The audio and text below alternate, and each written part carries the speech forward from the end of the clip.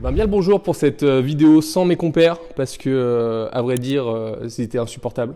Il a fallu que je m'en débarrasse, surtout qu'ils font que critiquer mes choix alors que je fais les meilleurs choix. La preuve, je cherchais une voiture pratique, fiable, qui peut faire du tout-terrain. Quoi de mieux que un Porsche Cayenne? Et voilà, par la magie du cinéma, me revoilà un niveau plus bas. En bas là, en bas. Donc je vous présente ce magnifique Cayenne, donc c'est en phase 1. Ok. Les phases 1 sont apparues en 2002. En fait, c'était, pour la petite histoire, c'était une voiture hyper importante pour Porsche, qui était bien dans la panade financièrement à l'époque. Donc ils avaient commencé un peu à redresser la barre avec le Boxster, mais ça suffisait pas. Ça suffisait pas, d'autant plus que c'était le balbutiement des SUV. Donc il y avait Mercedes, BMW qui avaient déjà lancé leur X5 et ML, qui commençaient à marcher très fort aux États-Unis, qui avait un gros marché pour eux. Et du coup, Porsche regardait ça un peu de manière un peu envieuse, en disant comment ça, ils ont l'air de faire un peu de sous. Donc ici, c'est un Cayenne S avec un V8 de 4,5 litres atmosphérique de 340 chevaux. Donc j'ai toujours détesté cette voiture parce qu'en vrai, c'était pas. Ouais, c'est nul. C'est pas bien. J'ai bien aimé le. Rien en fait. C'était assez moche. C'était les phares qu'on appelait ça off au plat.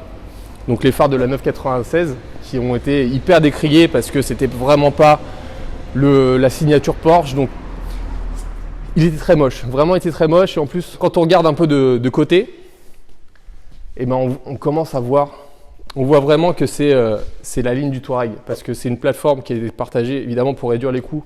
À l'époque, Porsche avait emprunté la plateforme du Touareg, donc qui a été développée conjointement avec Volkswagen. Sous la tutelle Porsche quand même, donc ça reste un peu Porsche derrière tout ça, mais en vrai c'est un Touareg. C'est un Touareg et aussi c'était la plateforme du Q7 chez Audi. Sauf que la mécanique est totalement Porsche et en plus de ça les Porsche étaient fabriqués en Allemagne. Deutsche Qualität. Et derrière la caméra, messieurs dames, Arthur, dis-moi ce que tu fais, je sais que tu es un grand pilote. Écoute, j'ai une école de pilotage qui s'appelle Provence Auto Club. Ouais. Voilà, je donne des cours sur des voitures de course, des voitures de tourisme, avec une Norma M20B, Ouais. donc un proto. Qui est absolument violente.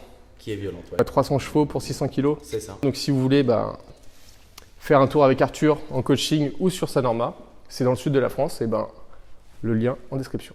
On rigole, mais c'est quand même une voiture qui a été pensée pour le tout-terrain. Donc oui, effectivement, on parle d'une Porsche, mais elle a beaucoup d'accessoires qui font que c'est un bon tout-terrain. Alors déjà, évidemment, 4 roues motrices, c'est une évidence.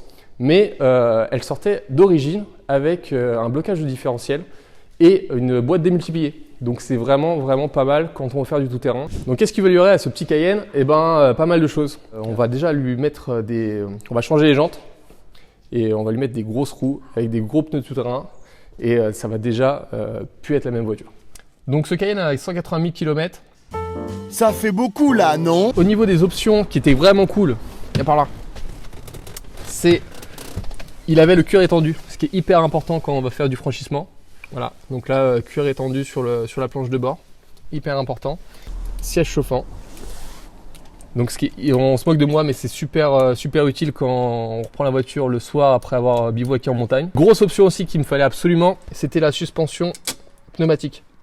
Là, ici, activée par cette manette. Donc en fait, il y a plusieurs modes. Donc confort, normal, sport. Et donc pour la fermeté.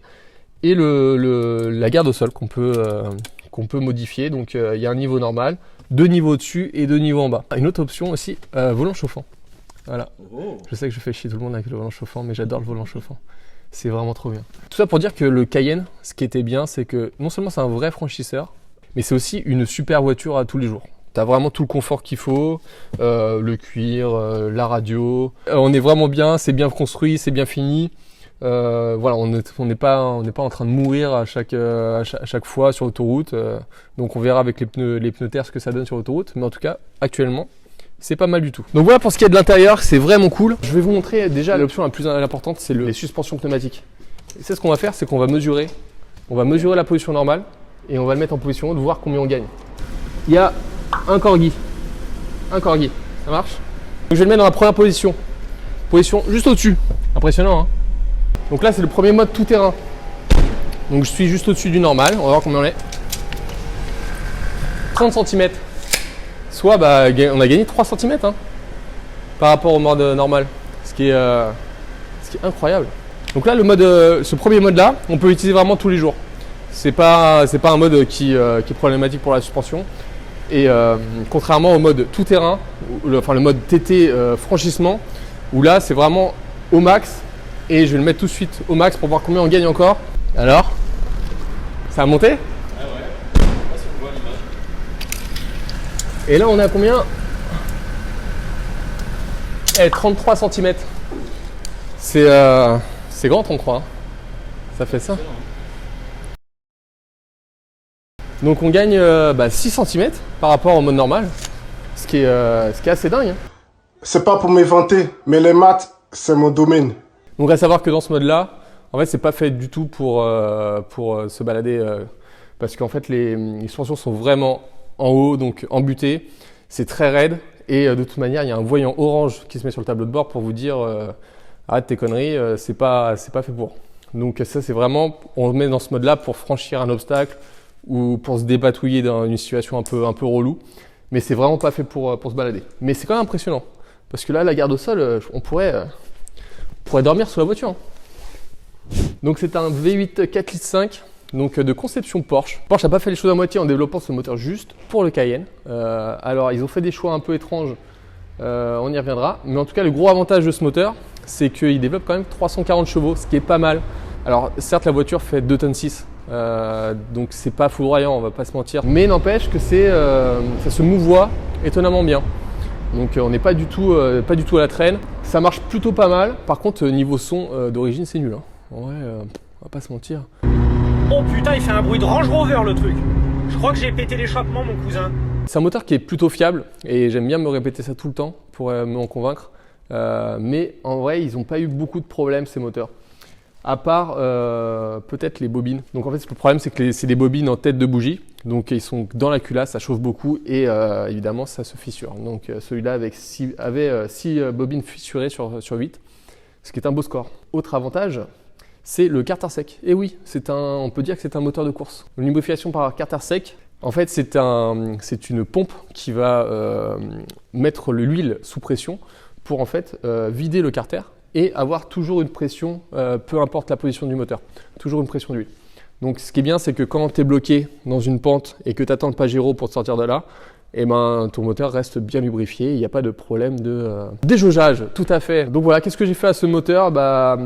Évidemment, je m'en suis bien occupé, il a eu des filtres neufs, il a eu vidange de absolument tout ce qui peut être vidangé, les bougies, les bobines, support moteur, absolument tout. Donc en fait, on peut dire qu'il est neuf, 180 000 km, mais il est neuf. Alors c'est le seul problème de ce moteur, c'est que en fait, ça consomme 20 litres au 100, quoi qu'on fasse. Ce qui est un peu pénible quand le litre est à 2 €. Donc ça fait mal. Avec un réservoir de 100 litres, quand on fait le plein, petit calcul, ça fait très mal. Mais à part ça, très bon moteur, très fiable, très puissant. Et puis voilà. Hein. Ce Cayenne va être peu à peu transformé en tout-terrain parfait, même si ça me fait mal parce qu'il est vraiment très propre. Et Arthur me regarde avec un regard sadique. Qu'est-ce que tu vas lui faire à ce pauvre Cayenne? Écoute, on coupe les pare-chocs, déjà, Ouais. première chose. On lui met un arceau. Ouais. Ouais. C'est sûr? Et puis un petit turbo. Ouais, calme-toi. Non, parce que si on écoutait Arthur, le truc serait déjà en pièces, le moteur sorti. C'est pas possible. On va se calmer. Mais par contre, tu veux découper des trucs, on va découper des trucs. Parce que ce qui se fait pas mal sur ce genre de préparation, parce que j'aimerais bien dire que je suis le premier à le faire, mais c'est faux. Parce que tout le monde a eu la bonne idée d'acheter un Cayenne pour faire du tout-terrain. C'est de découper la partie basse des pare-chocs. Donc là en plus c'est vachement bien fait parce qu'on peut l'enlever. On dirait que c'est fait pour. Hein. Porsche avait pensé le truc. Donc on peut enlever toute cette partie-là qui se déboîte.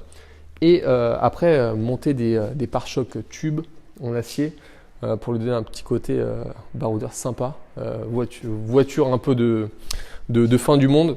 Et pareil à l'arrière, il y a une partie qui se déboîte. Voilà, cette partie-là. Ça s'enlève, ça se déclipse. On découpe ce qui dépasse. Et on gagne pas mal en angle d'attaque. Donc c'est le gros avantage. Et puis après, On va l'équiper aussi d'accessoires sympas, notamment ma galerie. Voilà, cette belle galerie de marque Frontrunner.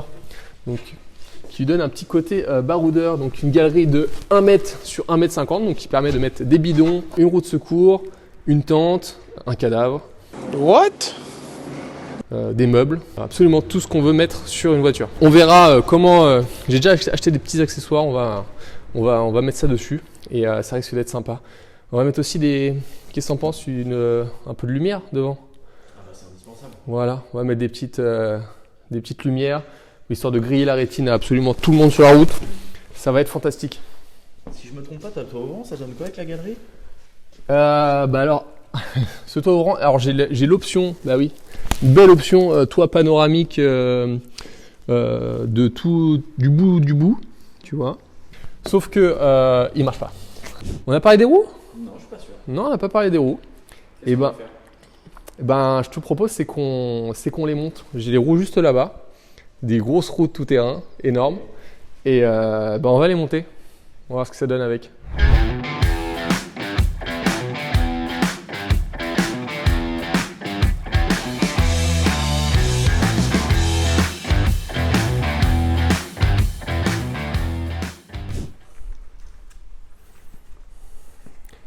Qu'est-ce que tu as fait, Arthur, à ma voiture? Je t'ai prêté la scie 2 secondes. Putain, il a commencé à me découper l'intérieur de mes pare-chocs. Mais putain, mais t'es vraiment un terroriste. Ah, ça te fait du bras. Non, Ça te fait les bras, tiens, je te fais bosser un peu. Marquer et faire la délimitation de ce qu'on allait découper plus tard. Putain. Qu'est-ce que t'as fait? Qu'est-ce que t'as fait, Arthur? Hein, c'est quoi ça? C'est pas moi, c'est le chien. Bon, alors juste pour expliquer ce qu'on a fait. Alors comme à l'arrière, la roue était pas bien alignée, on a posé des cales. Voilà. Donc là il y a 1 cm avec les écrous allongés. Voilà, parce que là ça n'allait pas du tout, c'était bien trop rentré. Ça avance? Ouais, Ouais. ça avance. Ouais, ça fait le malin derrière la caméra, mais après quand faut bosser. Ouais.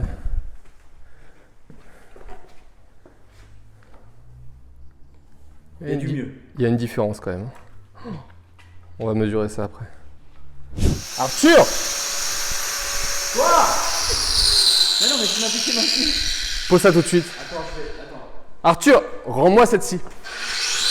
Arthur! Non! Mais arrête ça! Mais c'est juste pour Pause. délimiter, on fait rien là. Pause! T'es pas gentil.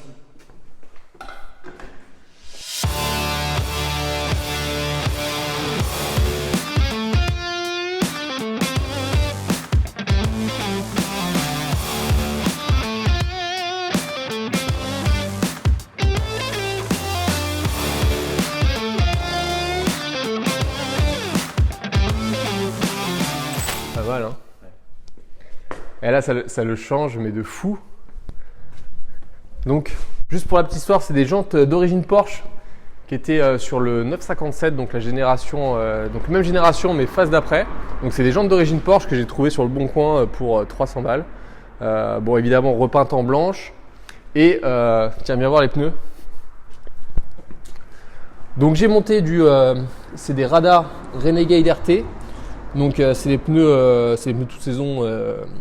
Neige, mais spécial bout quand même. Et en taille, je suis monté un petit peu. À l'origine, j'avais du 2,55 55-18 et là on passe en 2,65 65-18. Donc c'est un peu plus large, un peu plus haut. Donc on va mesurer combien j'ai gagné. Donc on était à 27 cm en position normale.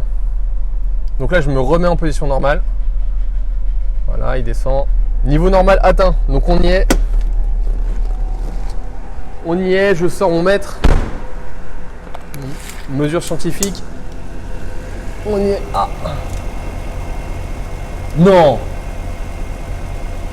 Mais non. Mais dis-moi pas que c'est pas vrai! Devine combien? 33.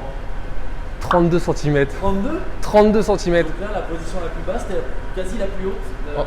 En position normale, je suis aussi haut qu'en position max avec les pneus route. Tu vas finir dans la mezzanine à 53 cm. Mais c'est énorme.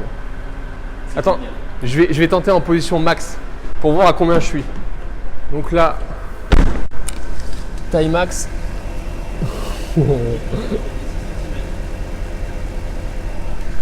37. Ouais, c'est ça à peu près. 31, 32 et 37. 37 cm, donc on a gagné 6 cm rien qu'avec les pneus. Il se peut que ça touche un peu là. Dans la partie qu'il faut découper. Regarde, on va tourner. Voilà, ça. Ouais, donc il faut faire Ça la découpe frotte ici. à ce niveau-là. Mais comme on va découper à partir de là, bah, plus aucun problème. Donc tu vois, parce que ouais, la bavette elle est. Tu vois? Elle a envie de sauter. Ouais. Je pense que ouais. C'est pas plus mal qu'on enlève. Et ben voilà pour cette présentation de Cayenne et les premières modifs. Donc j'espère que je vous ai convaincu d'acheter un Cayenne pour aller faire du tout-terrain. Arthur est totalement convaincu maintenant. Carrément. Voilà, il en rêve la nuit et il ne me parle que de Cayenne maintenant. Si vous cherchez des Cayennes, phase 1, phase 2, phase 3, tous les Cayennes que vous voulez, il y en a plein sur Benzine. Donc benzine.fr, allez-y. Même si vous avez des Cayennes à vendre, qu'ils soient modifiés ou pas, on les prend aussi, on les met en vente. Donc dites-nous si ça vous a plu ce genre de projet, de transformation. Je sais que vous êtes content de voir un Cayenne. Ça, mais dites-le quand même. Et à la prochaine pour les autres modifications. Je sais que Arthur pose cette scie. Pose cette scie. Arthur, rends-moi cette scie. Non, laisse-moi. Arthur, rends-moi cette scie.